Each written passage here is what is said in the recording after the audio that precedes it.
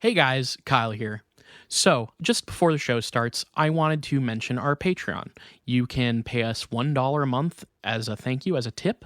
You can pay $2 a month to get access to one of our bonus content shows, episodes 2 days early, and a secret Discord chat where all of our Patreon donors get to go and hang out and talk with us directly. Then there's a $5 tier that you can donate to get access to a whole bunch more content. We have multiple bonus episodes on there. So please check it out. Patreon.com/itgetsweird. We don't advertise, we don't make money. So check it out and throw some money if you think that would be cool. Thanks.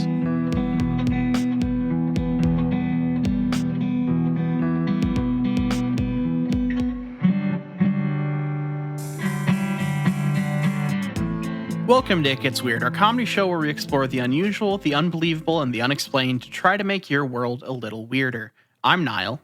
And I'm Kyle, and right now, Niall, I am cookie pilled, and I'm sweets based. And they don't like prefix based with anything. They just say based. No, right? you're just based. I'm just based. I'm cookie pilled, and I'm sweets brained, and I'm based. Whereas the only thing that I have on my desk right now is a mason jar full of water. So I'm on that hydration game. I'm water pilled. That's smart. No, that's smart and based. No, it's not smart water. It's just regular water. It's filtered through a Brita, but it's not smart water. Okay, I don't know what smart water is. Is that like a? It's just a brand. Oh, okay. So it's not like water delivered to you by like a computer in some way, or it's water that uses various Mensa candidates' brains as a filtration system. Ooh, wow. Yeah. They think it's have you ever seen the stuff about like what do they call it, where it was like you're taking pills of like a certain type of like gold or something like that is supposed to like help with your brain chemistry. It's something like Alex Jones has done before, and it's a total like snake oil type thing. It's nothing. I was just thinking, like, filtering through Mensa candidates' brains is an attempt to like raise your IQ through like contact with like high IQ brain matter. I mean, we're kind of reinventing the wheel here in a way with what's the thing that the wealthy people siphon from children? Adrenochrome. It's kind of adrenochrome. But that's like a youth thing. That's true. Not a smart thing. Well, maybe we got to keep this one on lock here, because if the New World Order sort of finds out that you can sort of pour water through the brain wrinkles of a Mensa member, you can gain knowledge. Because that's the thing, is like they've got the fruit of life. They are getting that youth from the adrenochrome. Yeah. But they need the other part of the equation, and it turns out the Mensa organization just needed to exist to create those people that they can sort of harvest But from. Now what I'm doing is you know how you do like the proper absinthe preparation, where you like put the absinthe in and then you put the sugar cube on the little spoon and like melt it with like water and stuff, and it goes into that. I'm doing that, but with Mensa brain matter, where I'm preparing my absinthe because the alcohol makes your body process it as food, and then it works better. So that's that's what I'm doing. You're like, Kyle, you know about I'm free associating. Well, no, you're like, you know the proper method of drinking of preparing absinthe, and I'm just, Niall, you know goddamn well that I don't. Oh, that's not like a thing that everyone is just aware of. That's not common knowledge. Okay. No, I don't know that one. I thought everyone had like a weird fascination with absinthe at one point in their lives. You just have drink knowledge, which is like valuable. I just like, that's one of those things that it is, though, because I think that's like a good thing to have in social situations, or if you're like at a party or whatever. Like I feel like that's pretty, like if you're the guy who can like either bust out the absinthe facts in a charming way and like a not annoying way, which you could do easily, or if you are like, somebody's like, I've got these absinthe ingredients here, but I don't really know what to do with them, like, or just like drink knowledge in general. I've got these absinthe ingredients. You mean absinthe? Sure. Yeah. I don't know. Yeah. I don't know if otherwise you just need a sugar cube, right? And a spoon apparently, but. We got one of the back the year that I went to the first year I went to North Carolina for that trip that So one of our friends has his grandparents have a beach house, whatever, and we got an absinthe bottle. Yes, Yeah. sorry, I forgot about the yes. And I that's where I first got it, because the bottle came with one of the spoons, which is made to go over like a fancy glass and have like, it has like cutouts in it and stuff so it can go through. It's a whole thing. If you want to watch like a ridiculous ideation of absinthe preparation, watch the From Hell movie adaptation, which is absolute dog shit, but it does have a pretty elaborate absinthe scene. Okay. So anyway, wait, I just wanted to real quick mention that I really appreciate you bringing back into our sort of comedy routine the idea of Mensa. It's very funny to me, and I wanted to thank you for that. Good. I know that it is one of your favorite bits is to just rail on Mensa. It's a joke. So I figured I would bring it up again. Yeah, thank you. But that unfortunately has absolutely nothing to do with what we're talking about today. I don't think there's any way that I can directly tie Mensa to what we're talking about today. I'll see what I can do. Instead of talking about big-brained men, today we're going to talk about a big old hairy guy. Is this because Bigfoot? Today, I want to talk to you about some of the earliest accounts and some of the earliest kind of... Basically, we're talking like historical early Bigfoot today. Okay. Now, I can think of some of the early accounts of Bigfoot, and I don't want to jump ahead here, so you can tell me to shut the fuck up if I am like trampling all over your thing here. No, feel free. Well, I can see how much you're gonna chomp my flavor here. What's up? The two like earliest accounts of like sort of like the two that I would think of would be like the guy who was kidnapped by Bigfoot. Which Albert you Ostman, did, who we did an episode yes, on. Yep. Thank you. You did that one. And then you also did, I think it was you who did one of my favorite phrases that has ever been uttered on this podcast. I believe it was by a guest, and I can't remember which guest, and I'm so sorry. But we had a guest who uttered the phrase in this episode, big squatch ripping department, I think. Yep. And this was about the Bigfoot war of like 18 something or other. Yeah, that Albert Ostman, we will reference him in this episode because I found out some fun stuff that is kind of in relation to that. But no, nothing about the Bigfoot war this week. No, the other thing that I would mention, and I have and I'm going to just keep it vague and not get into it, but because I have a feeling you're going to talk about this. A lot of North American tales of Bigfoot, as I understand it, a lot are pulling from Native American legends as well. So, and this is the thing. I'm not going to go whole hog into the Native American folklore type stuff because we talk about this line a lot where there's a line in especially in cryptiddom between like a mythological creature and something that is part of a like in general an oppressed group's folklore or oral tradition, and Bigfoot is kind of undeniably linked to Native American oral tradition, but like in terms of but it's also a worldwide thing. Like today we're going to mainly talk about North America because like basically, if you try to do worldwide, this would be a multi-part episode, and instead I would rather be able to do, Asiatic Bigfoot at some point and do like, Yeti. We're doing a weekly podcast here, folks. We can't cover the entire breadth of a topic in 1 week. You got to leave room for more for later. But it is undeniably like the big hairy hominid, or not hominid, humanoid kind of thing. Yeah. It is kind of, because they've been around on this continent a lot longer than white people have.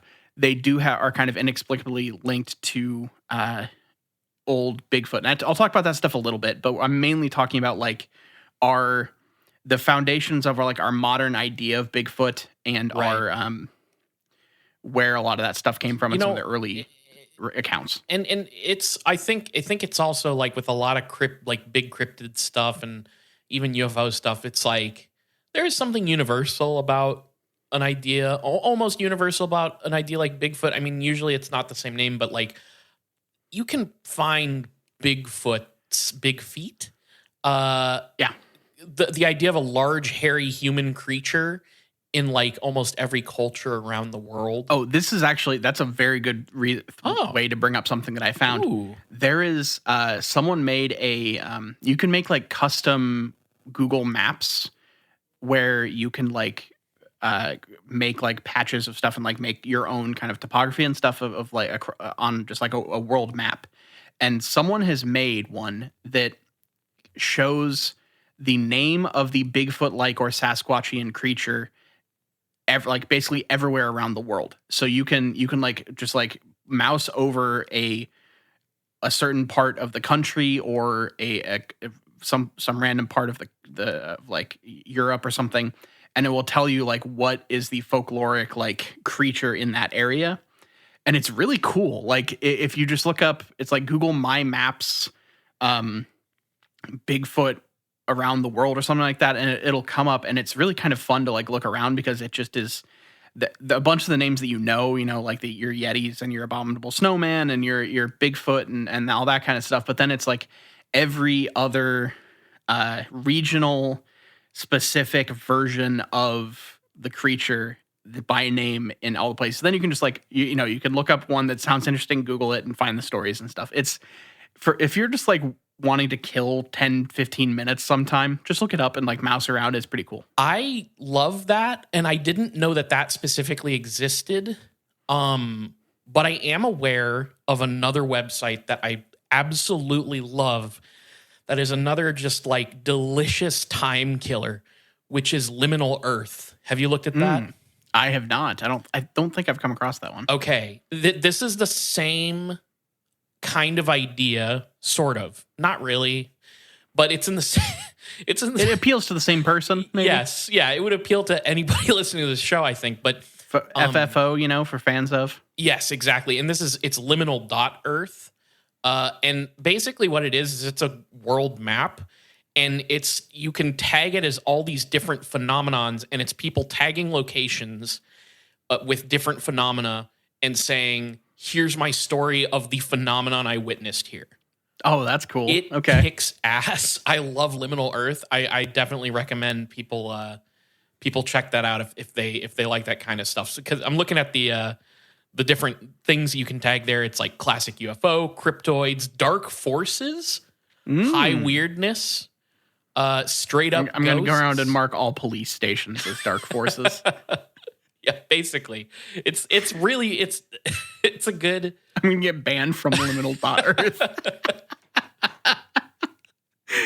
That would be honestly, that would be like the funniest way to get banned from that is to just go to places that you just actively know are evil, but not in the sense of like cryptids and just fucking tag them. This is such a stupid thing to bring up, but it reminded me of this thing. For some reason, I had this strange interest in this app when I was in college that was called like I Pooped Here or Places I Pooped or something like that. I remember this. Where you could just like tag, you drop a pin wherever you took a dump and like leave a comment, and you could like see everybody else's thing. It was like such a stupid thing. I don't know why I like really used. I actively straight up for like a month was just every time. So I had like fucking 100 pins on my house. Like it was the weirdest way to dox myself that I've ever done. But yeah. So, sometimes you just do these weird things. They should really combine Liminal Earth and the I Pooped Here app, I think. Because, like, think about how few times people have probably had, like, a paranormal or UFO experience while they were pooping. Yeah. And if we could just map those out, I don't know. It seems like it's only like Elvis who got abducted on the toilet, right? Right. Elvis we know of. But the thing is, there have to be others out there, right? It can't just be Elvis, in my opinion. But what do I know? But no, I think that's a great way to track your poop. I mean, it's healthy to stay on top of your poops, and figure out what's going on down there, and maybe somebody's data will help you. Sometimes you really just need to find ways to keep yourself entertained in college. That's all I'm gonna say. It is. Sometimes you kind of lose your mind when you're like in finals week and you're just like aren't sleeping, you aren't eating, you're just like stressed as all get out, and you just start getting really obsessed with the thing where you just drop pins wherever you drop a deuce, and it's just I'm not gonna apologize for it. That's you were doing I pooped here. I was watching anime over and over and over. Yeah. So let's go ahead and talk about Bigfoot. Just to get into it, Bigfoot. Typically, I do think this is something interesting. This is entirely separate from the research I did from this episode. I was watching this clip on Twitter of a journalist who they were being asked like, what is the weirdest thing, like place that you have gone to do a to get a story or whatever, to interview people, to do whatever. And that, first of all, they said, are we talking pre or post Trump? Because like he went and went through a lot of like Trump conventions and stuff like that. But before that, he said that the weirdest place he had ever been in terms of just like the people and the reactions he was getting and everything was an East Coast Bigfoot convention. Because I guess there's like a lot of tribalism in Bigfoot conventions. This is what the journalist said. Oh, there is?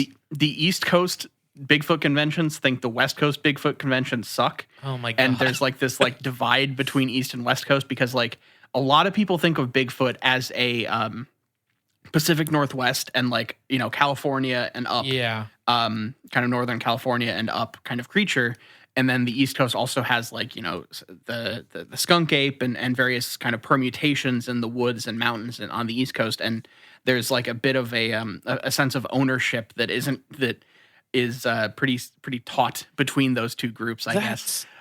I mean, I shouldn't be surprised, but these groups, man, they just like, they really, infighting developed in UFO and cryptid and all these communities so much. It's so ridiculous. It's like, I can't imagine being pissed off at somebody because they believe in West Coast Bigfoot. Well, it makes me want to know if the government is involved in an active disinformation campaign in the Bigfoot community and causing tribalism. That's is there very a Richard fair. Doty?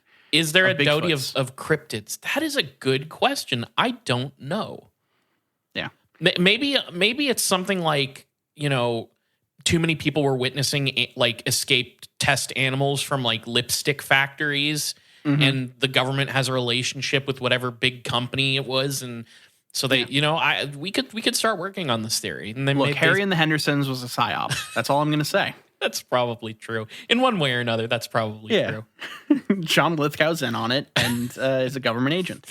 So, like we've already said, the concept of a Sasquatch or a Bigfoot does come from a lot of Native American folklore and various other, older civilizations folklores around the world. But in America, it's typically in Native American.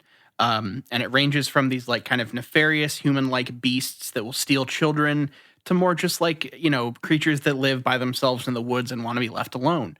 And that it exists to this day. Like there are people that firmly believe that Bigfoot is a benign, peaceful creature that just wants to be left alone. And there are people that think of it as a feral animal that's trying to kill you. I feel like the peaceful, benign version is like the dominant idea of Bigfoot, right? Like, would you agree with me? I think so. I think especially on the West Coast it would be.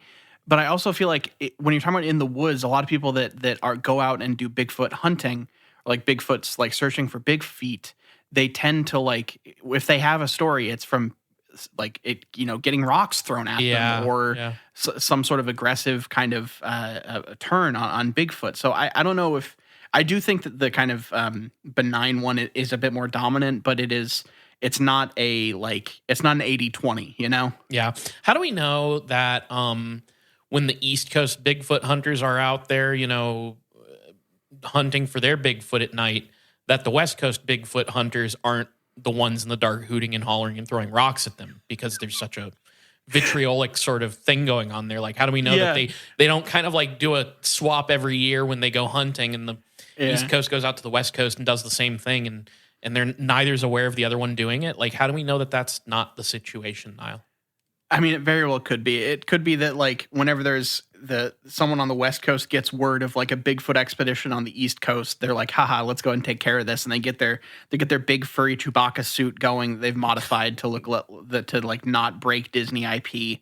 And they go and hang out in the woods and throw rocks and hoot and holler. And they kind of keep a scoreboard internally of how many like Bigfoot blogs they show up on. And yet somehow they just never realize that the other side's doing it. They just keep Bigfoot pranking around each other.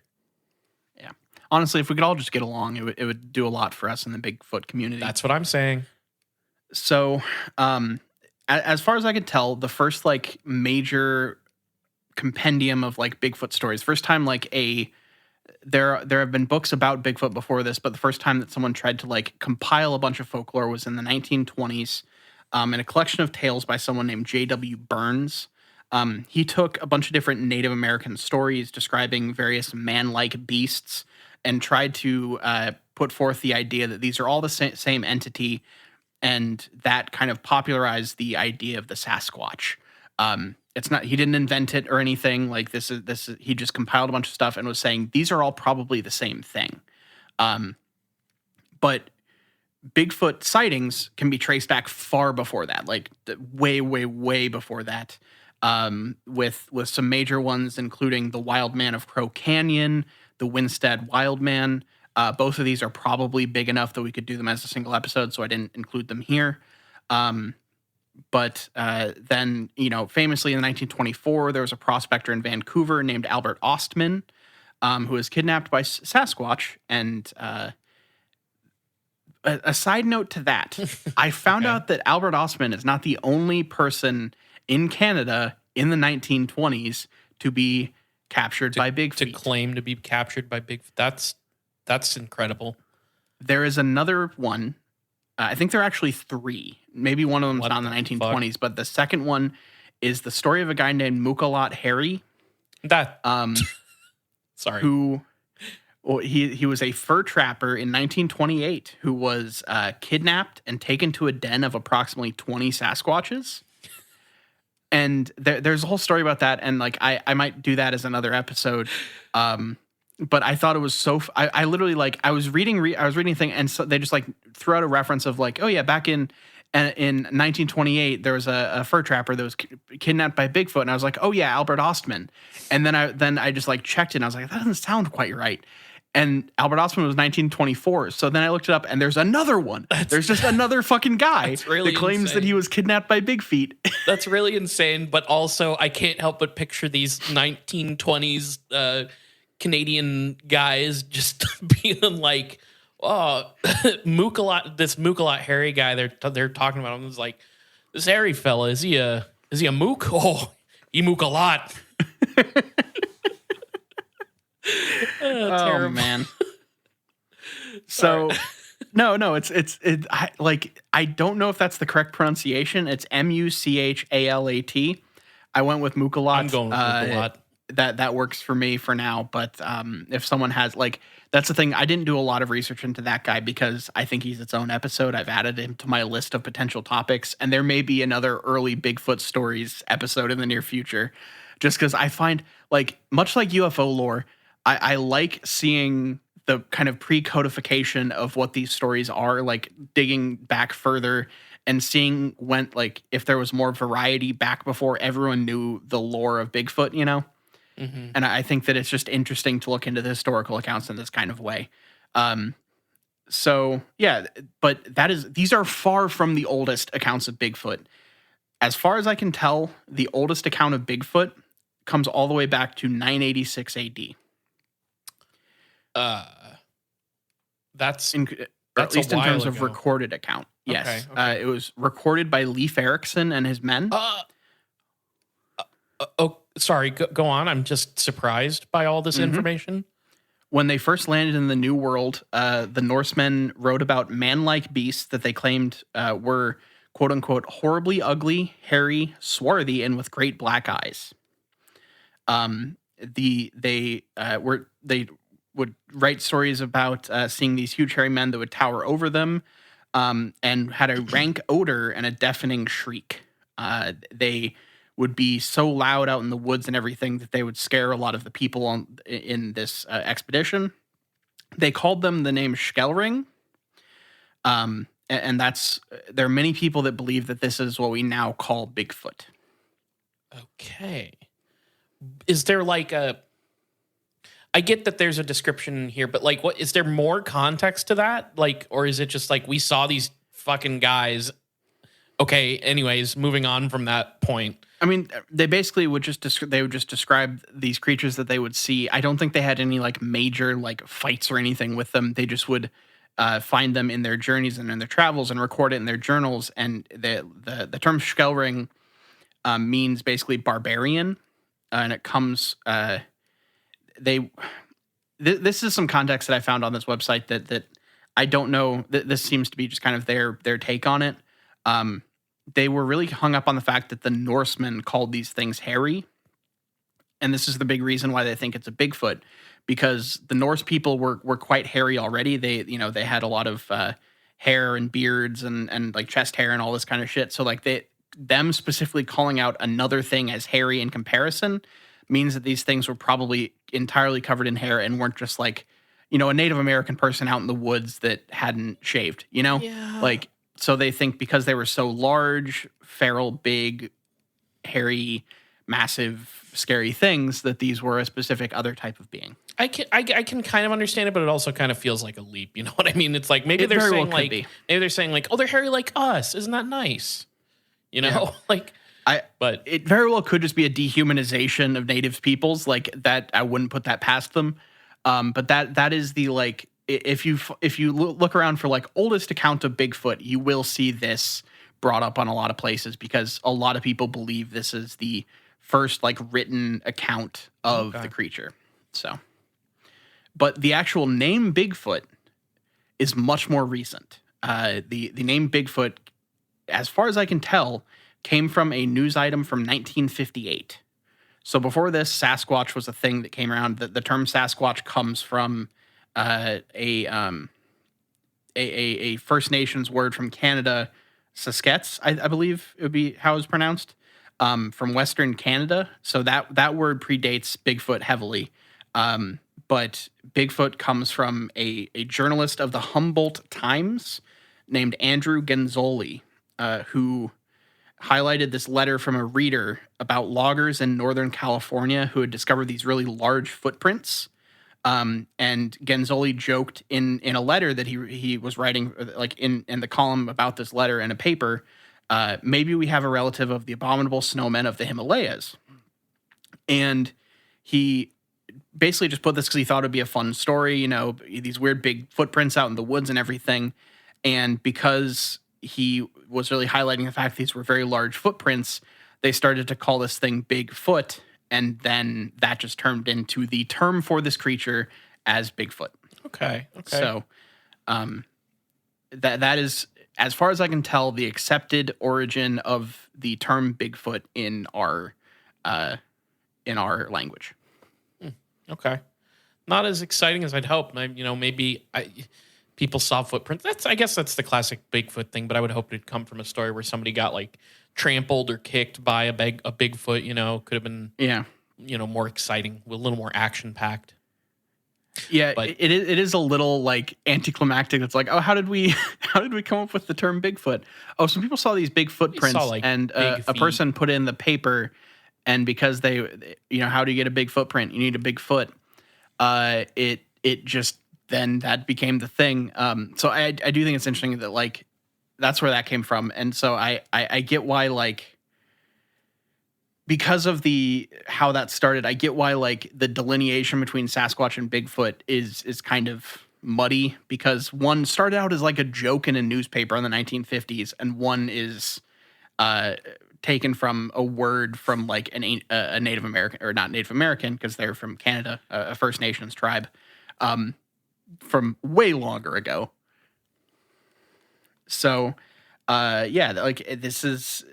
It then, like, because of this letter, it kind of started to go into the populace, and this kind of started the popularization, or not started it. It amplified the popularization of the idea of Bigfoot, which led to it appearing in a lot more, sci-fi novels and movies and like all that kind of stuff. So a lot of that, like by the 1970s, there were all these, pseudo documentaries and movies and films and everything of Bigfoot around.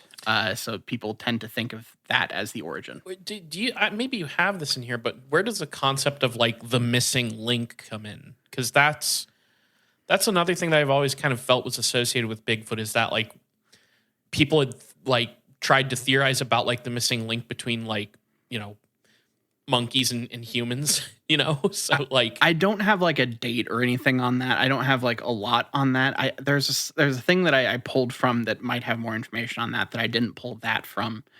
So I could look into that, but like it really just seems to come from the idea that they are a humanoid and they are because they're unknown, they could be old. Okay. And so like it could just be that like the Bigfoot idea came first and then people were like, what if this is the missing link? I think that's how it works. I don't have a confirmation on that, but I think that's kind of what happened. Gotcha. But the thing that I found next, so like I kind of went scattershot on this because I think it's interesting to look at various aspects of like the origin of Bigfoot stuff, because I think it would be hard for us to do a like comprehensive Bigfoot episode, but I wanted to hit a bunch of stuff that's kind of Bigfoot lore and Bigfoot type stuff, Yeah. And one of those things that I think is really synonymous with Bigfoot in in popular culture is photos. Like people all like getting a photo of Bigfoot is one of like the big things that you want to do if you're into this kind of stuff. And so I found what is supposedly the oldest Bigfoot photo. And I have the story of the oldest Bigfoot photo, which might have a conspiracy of its own, if you believe this kind of thing. So, as far as I can tell, the oldest supposed photo of Bigfoot comes from Canada in 1894. And it was, it was, where is the name of the person? The person that took it, their last name was Holiday, and we'll get into why I don't have a full name and stuff here. It ties into the conspiracy. But it is a photo of a Bigfoot supposedly that had been shot and killed by some people who worked for a company known as the Hudson Bay Company, who did a lot of like fur trading and stuff. They were like a kind of fur magnate in Canada at the time that straight up had like they almost acted as like a government of this area in Canada on like the Canadian-American border. They were like a powerful company that still exists in a form, but at the time they just like covered fur trading in this area and wielded a lot of power in the area. So these people were working for the Hudson Bay Company, and they, while out on like a fur trapping thing, they took this photo of the Bigfoot that they had supposedly either, let's see. They shot the Bigfoot, and this photo is of it laying down in the snow next to some snowshoes and in front of kind of a forest. If you look up 1894 photo of Bigfoot, you'll probably find it. I'll send it to you after this, but it's I'm looking it up. Yeah. It literally is like front of frame, entirely shown. There's just a thing like Bigfoot is laying face down like he passed out drunk. Oh, I've seen this photo before. Yeah. Yeah. So some stuff about this. It was supposedly originally had been sent to a man named Tom Biscardi by someone from Victoria, Canada named Lyle Billett. And it was popularized on the internet by Lauren Coleman, who posted it on his Cryptomundo website, where it seemed to start to kind of spread around. It also appears in a version of the 1982 book Bigfoot Casebook by Colin and Janet Board. People believe that this isn't a faked photo because it's really old and it's like cracked and weathered and stuff. Basically, there's no reason for you to think this isn't faked other than it's old and maybe they didn't fake it. But if you're into big feet stuff, a lot of people think that this was a real photo.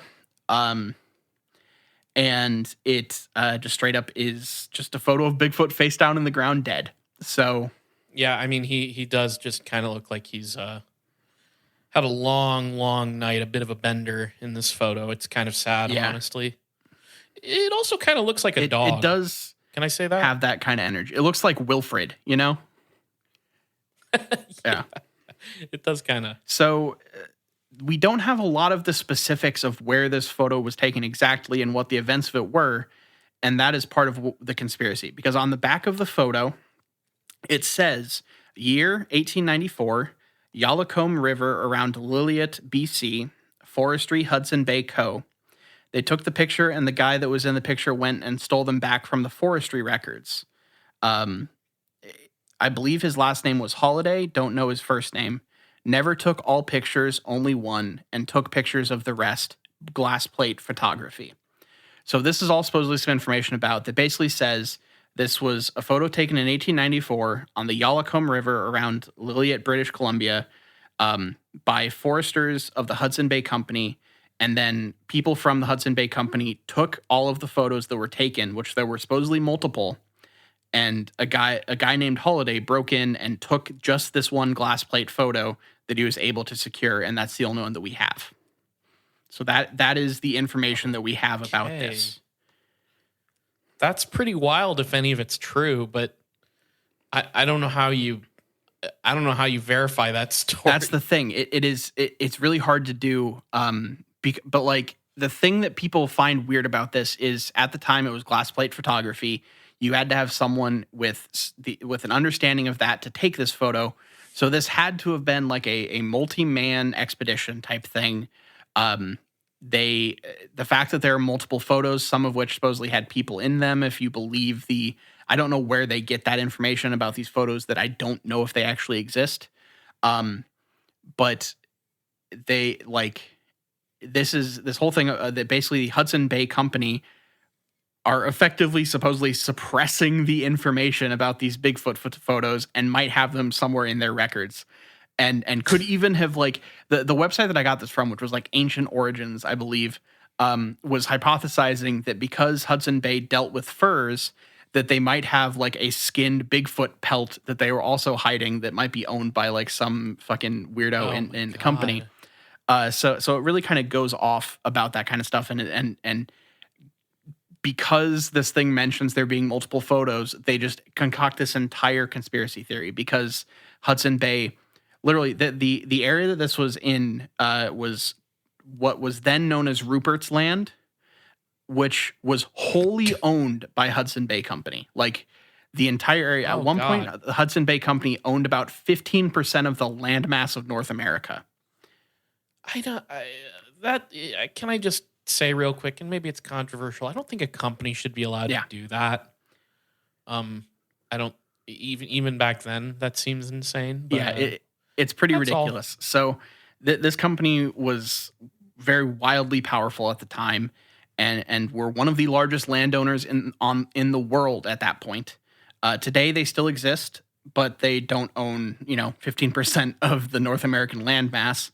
But they do still own a bunch of companies. Let's see here, where are the list of companies that are owned by them? So if you want to, boycott these companies for suppressing Bigfoot photos until they give us the Bigfoot pelts. Let's see, they own what sound like a bunch of like grocery stores now or something. It's really weird.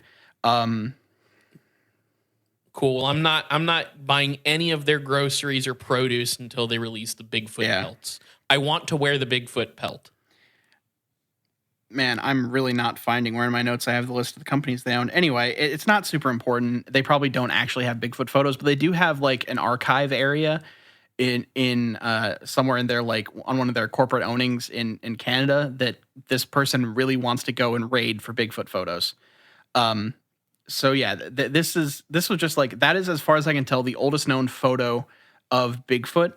But it's not the first place that Bigfoot was depicted. Oh my God. Okay. Because I went down a rabbit hole and found supposedly the oldest depiction of Bigfoot or a Bigfoot creature. We're getting. Go ahead. Can I guess? Is it biblical? No. This is. Okay. I mean, there very well could be things. Okay, here's the thing: you can look into ancient stuff like that, and probably find something in the Bible that you could talk about as if it were a Sasquatch. But what is believed to be the oldest depiction of Bigfoot were these pictographs on a painted rocks from over 1,000 years ago by a group of indigenous people called the Yokut, who lived along the Tool River in the Sierra Nevada foothills of California. And these were basically cave artwork that were depicting a lot of their oral traditions. So there were drawings of various animals like coyotes, bears, frogs, caterpillars, eagles, all this kind of stuff, along with paintings of humans. But there were also, alongside the humans, there were these pictographs that show a family of very hairy giants. There was a large, supposedly male figure, female figure, and a child. And they are different than the pictographs of the humans. And so they called these giants Mayak Datatur Sunsunut, which translates to hairy man. They say that that on the man's the male hairy man depiction, there are these lines coming off of its face that they claim are its snake lines. Not actually. That would be good though, because like one of the things that I always kind of forget is like a trademark of Bigfeet is the odor. It's not just skunk ape. Like Bigfoot in general supposedly has like a sulfuric smell that kind of follows it. But no, it's tears, because in their culture, the being known as hairy man is a sad being. So this is very much in the kind of passive, nice, like just wants to be left alone Bigfoot kind of side of things. Whoa. What's he to be? He has a wonderful wife and a lovely child. What's he so upset about? I really don't know. That might have been lost to time. I didn't find anything about why it was sad. And did they? How were they able to tell which one was male and which one was female? Like, was it like, oh, one has like a huge hog and the other one has a big pair of? I actually tits? don't like, know. I don't think one of them has like just a bunch of big round orbs on his chest, you know, like we're talking like how we stick would feet cartoonist would depict it today. Yeah. But that is the idea. I need this anthropomorphized creature to be a woman. just give it big fat tits. I don't know. Yeah, give it like massive injections. It just has like a skirt on it, you know. It's like the bathroom depictions, you know. Yeah. But I do think it's funny that in a lot of this stuff, it's there's a man, a woman, and a child, and the child is not given any identifying feature. The child is completely neutral. And dad's sad, and mom's got big sexy honkers. So in terms of one of the earliest like recorded sightings that in the more modern era that I could find was from 1792, and it was recorded in a journal of a man named Noticias de Nootka. The journal book is called Noticias de Nootka, an account of Nootka Sound in 1792 by Jose Mariano Mozino. It was written during a time when the Pacific coast was being explored by the Spanish and the English. So it was in that kind of like, you know, exploring the great American frontier kind of time. The story starts in 1774 when Captain Bruno de Esqueta documented an inlet he had discovered called Moachat by a local Nootka tribe. 18 years later in 1792, Juan Vicente Güemes, Viceroy of New Spain, ordered an exploration of the Pacific coast to compile an extensive ethnography of the inhabitants. Among the group of explorers that he brought to do this was a naturalist named Jose Mariano Mozino, who was from Mexico, and he chronicled the entire expedition in a journal, which remained undiscovered until 1913. And once it was discovered, it was translated to English and now resides in a rare book library called the Bannock Rare Booklet and Library Collection. So this is a book. Basically why I say that is because this thing actually exists. This journal is an actual thing that you could go see if you want to travel to this book library. It does exist.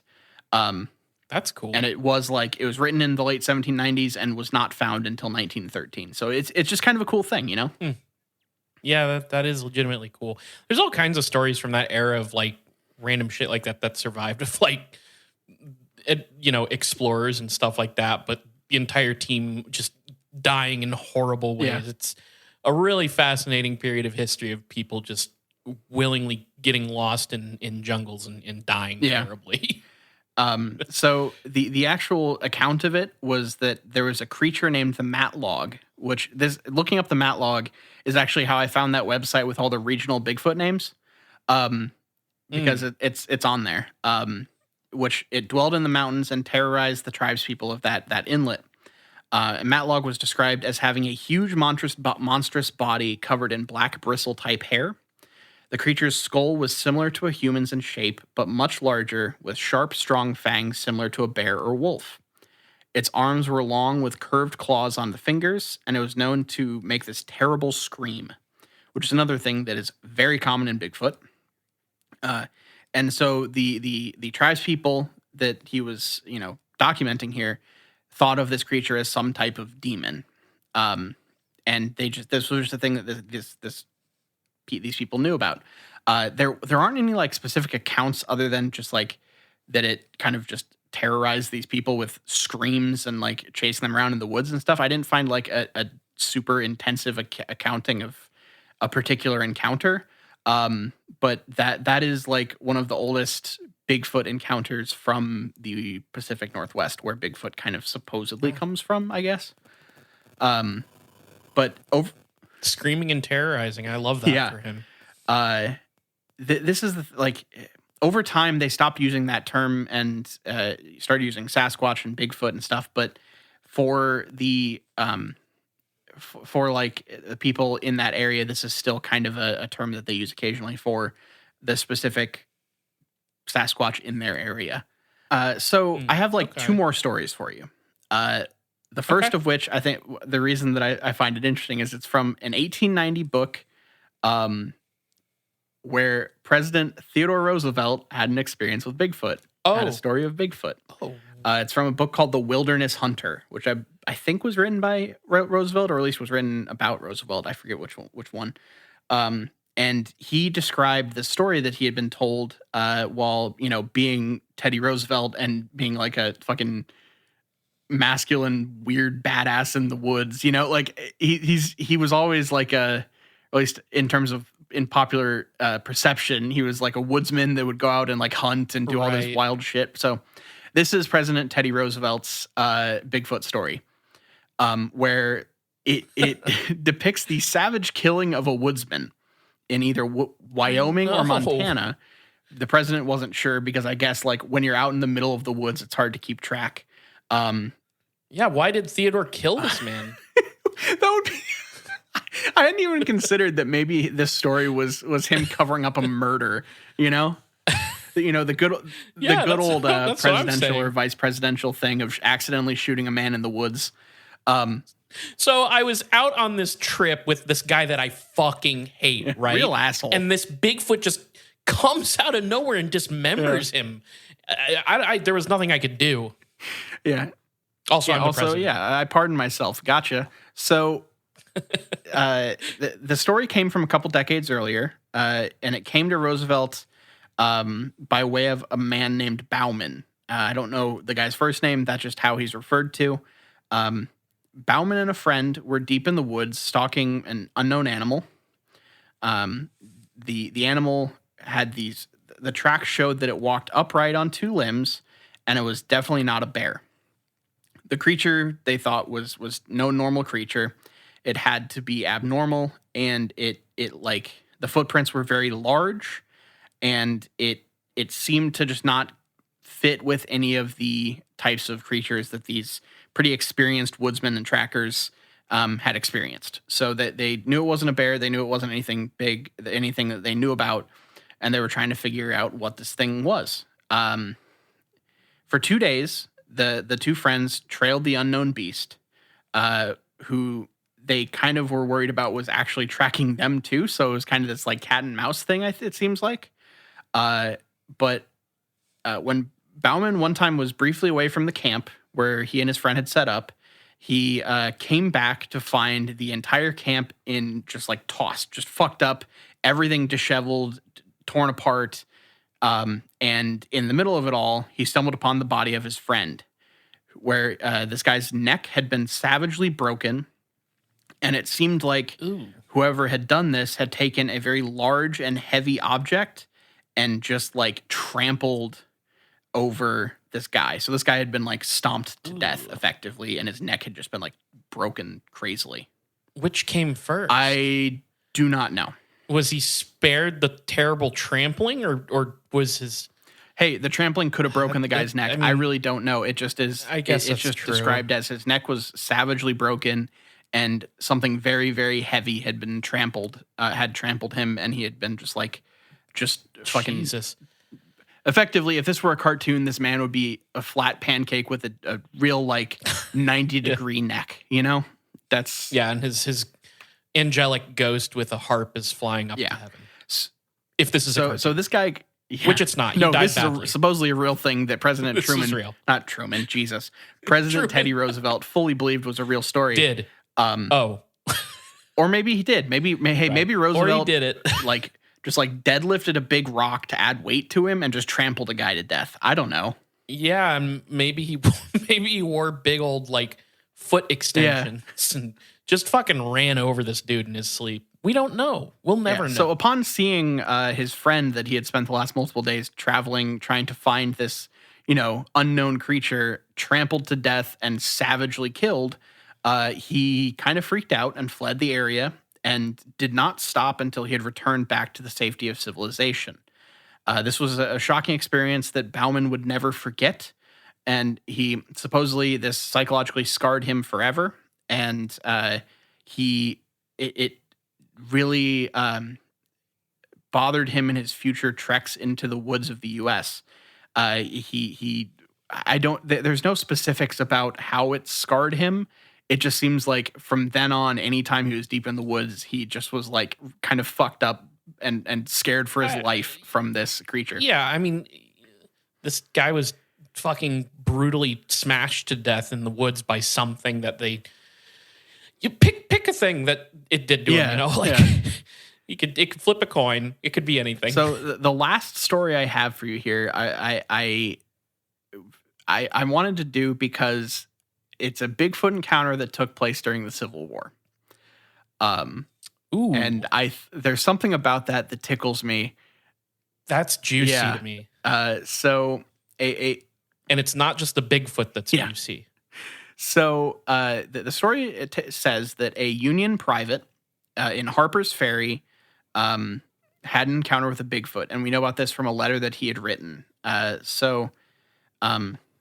The original text of this, there's a newspaper article written about this that entitled "Wild Man of the Woods," and this is the text of that newspaper article. During March last, Mr. Hamilton of Greene County, Arkansas, while out hunting with an acquaintance, observed a drove of cattle in a state of apparent alarm, evidently pursued by some dreaded enemy. Halting for the purpose, they soon discovered as the animals fled by them that they were followed by an animal bearing the unmistakable likeness of humanity. He was of gigantic stature, the body being covered with hair and the head with long locks of hair that fairly enveloped his neck and shoulders. The wild man, for we must so call him, after looking at them deliberately for a short time, turned and ran away with great speed, leaping from 12 to 14 feet at a time.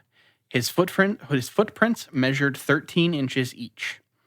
The singular creature has long been known traditionally in St. Francis Green and Poinsett counties, Arkansas sportsmen and hunters having described him so long as 17 years hence. A planter indeed saw him very recently, but withheld his information lest he should not be credited until the account of Mr. Hamilton and his friend placed the existence of the animal beyond cavil. And this was from the Memphis Inquirer of May 9th, 1851.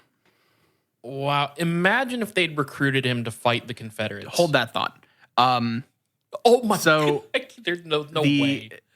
No, not exactly how you're thinking. Okay. But the thing I think that's really funny about this is even in 1851, you know how we talk about this thing of whenever there is an encounter with a creature or a paranormal event or whatever, a lot of other people will come out of the woodwork and be like, oh, I saw it too. Yes. This has that. There's a planter indeed saw him very recently, but withheld his information lest he should not be credited until the account of Mr. Hamilton and his friend placed the existence of this animal.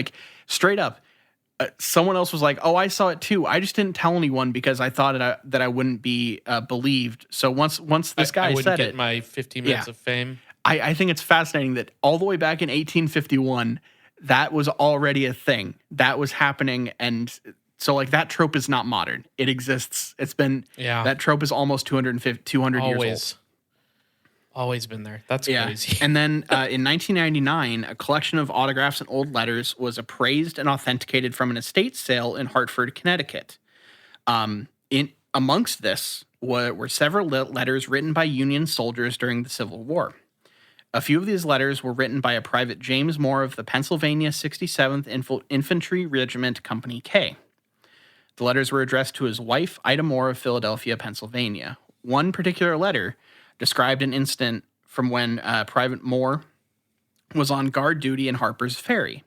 The letter was written on February 26th, 1963, and here is some of that text, which comes from an auction catalog what remains of an auction catalog that was unfortunately lost in a fire in the home in 2005. So this is what remains. So these are just some snippets. Ramsey and myself were charged to guard company accoutrement along the highway. Very cold, still night. The boys started raising a ruckus from the garrison. Some were yelling aloud that a man-beast was on foot. There was rifle fire towards the river. We continued our duty as the yelling and shots continued. And it goes on. The corporal queried the witnesses from the company. I was told that the devil raided the food stores after climbing the wall.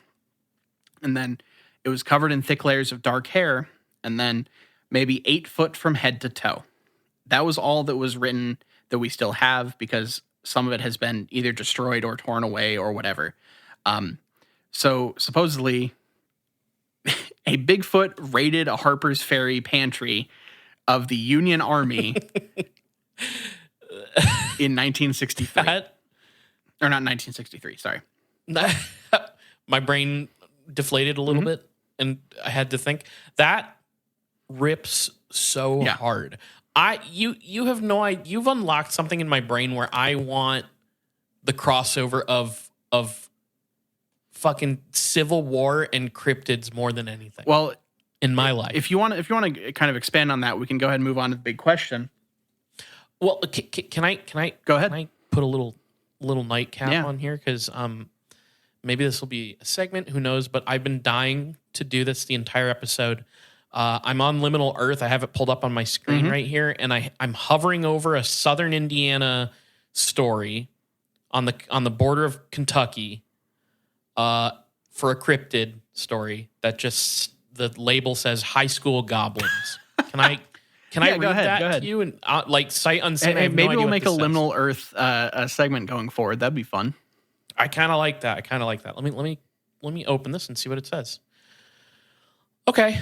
Whoa. Okay. It says, on a summer night in August of 1955, 10 teenagers claimed they spotted 10 small goblin-like creatures on the football field of Lincoln High School.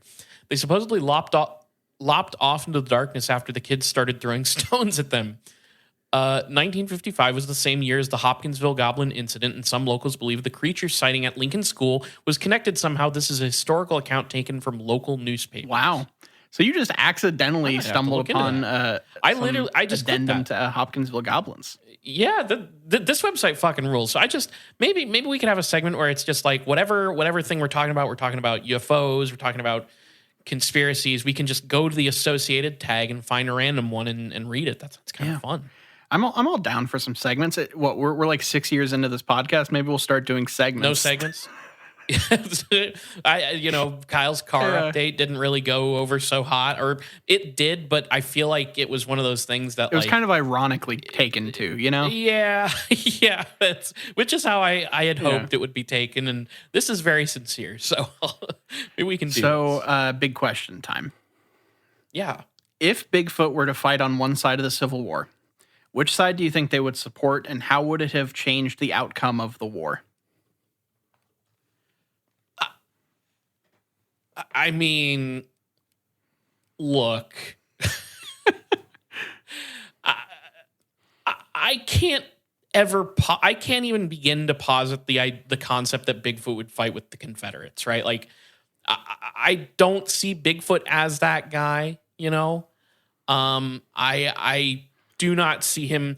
I don't see him necessarily picking a side, but I do get a sense of Bigfoot understanding which side is just like Bigfoot understands evil. What's right. Yeah, Bigfoot does understand what's right. He doesn't really care for the war and the killing and stuff. I do picture Bigfoot as that more peaceful depiction. Is Bigfoot a conscientious objector?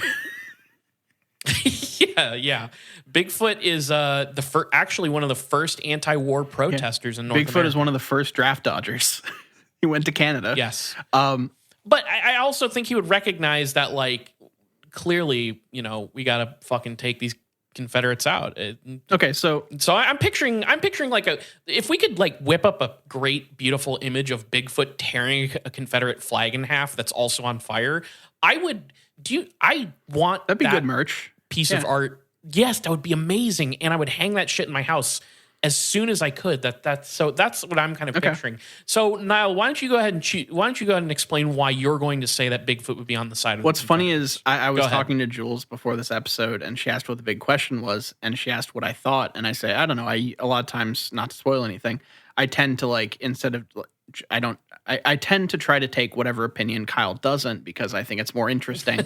But that does mean in this case that I have to try to say why Bigfoot would be on the side of the Confederates.